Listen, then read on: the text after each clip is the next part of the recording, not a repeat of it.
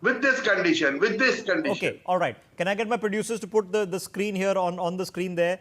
This is a statement which has been issued by none other than, in fact, the Iranian Consulate General in Mumbai. And I'm reading the statement. It's a statement from the Iranian Navy, which is the IRGC Navy. They say, and I quote, "Due to the past war situation and possible anti-ship mines in the main traffic zone of the Strait of Hormuz, per attached map," that map is on your screens, "all vessels are advised to coordinate with the IRGC Navy and use alternative routes until further notice." They add a description of the route: inbound from the Gulf of Oman northward via Larak Island to the Persian Gulf as per map. Map is on your screens. Outbound from the Persian Gulf passing south of Larak Island towards the Gulf of Oman as per the map. So let me describe that to you. If you can see the pointer on your screens, these are the two alternative routes, the two channels for inbound traffic and outbound traffic. This is inbound, which is going north. So all ships entering from the Arabian Sea via the Gulf of Oman into the Persian Gulf, the IRGC is saying that you are to enter from this channel, which passes between the Iranian coastline, the main coastline, and Larak Island. Larak Island is here. Okay, this is for inbound traffic. So they are saying, yes, container vessels are welcome to re-enter the Persian Gulf. And the outbound traffic, which is south of Larak Island being here, this is the lane at the bottom of the Larak Island, south of the Larak Island, which they say is for outbound traffic. The center part marked in the circle between the coordinates A, B, C, D in this map that has been released by the IRGC, this would have been the traditional channel. It's only a 2-mile wide channel from which ships were traversing the Straits of Hormuz 6 weeks ago. This entire area, they say, is sealed.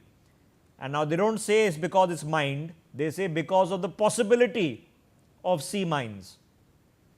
Now you leave that for interpretation to yourself. So in effect, you can argue that the Straits of Hormuz are reopened, but has the status quo ante really changed? The answer would be not much, because you still have to get in touch with the Iranian Navy. The Iranian Navy, which is the IRGC, Revolutionary Guard, will guide or escort these ships. There is no official statement because the toll, remember, is not an official toll. Okay, it's an unofficial toll for people who have been coordinating with the IRGC so far, 7 ships a day. Now, whether that toll goes away, and does this mean that ships of other flag carriers will also be invited? Because the one thing that could have changed was that the Iranians were only allowing certain flagged ships. So we in India got some ships out, the Chinese have got some ships out, few other countries have managed to get some ships out. All the other ships have either been stuck or, as we've seen with our oil tankers off the coast of Kuwait, have actually been targeted by the IRGC. So will the Iranians go that all ships are welcome to traverse, but because of the sea mines, you have to go through the routes that we are giving you. You will have to go through coordination with us, you will have to go through an escort with us, and potentially for your own safety and for the costs incurred for the services that we are now offering, we will be charging that $1 per barrel kind of concept. So is the normal Strait of Hormuz open? The answer is no. But is it open to potential shipping from elsewhere? We are picking up that conversation as we speak in this rotating conversation. I don't know if Commander Bhushan Dewan can hear me. Commander Dewan, can you hear us, sir? Yes, Rishabh, I'm with you. Okay, so you have a summation of what has been announced by the Iranians in this statement, sir. What do you make of it? Basically, this is, as you rightly mentioned, this is only a way for the Iran or IRGC to exercise control over passage of ships. Let me tell you, practically near Larak Island, the depth is around 15 to 20 meters, which is not enough for the VLCCs, which require clear 22, 25 meters depth. Besides that Ladakh Island thing is cannot provide a long passage where the VLCC can turn around. Turning radius is not enough. However, Suez requires around 15 meters that could pass barely. But others, like LPG is 45,000 tons, those could pass. But what I'm seeing is the point is that IRGC wants to exercise control through this back door, and maybe on the ground they will take a call to allow some VLCCs 2 million barrels to pass through the normal Hormuz also. And they will say we are doing it under our control because we know where the mines are and where they are not. So this is a simple backdoor entry. Do you think, sir, that they have left a navigable zone open in the sea mining operation that they have potentially conducted? They don't confirm it, but you and I both know they've done it.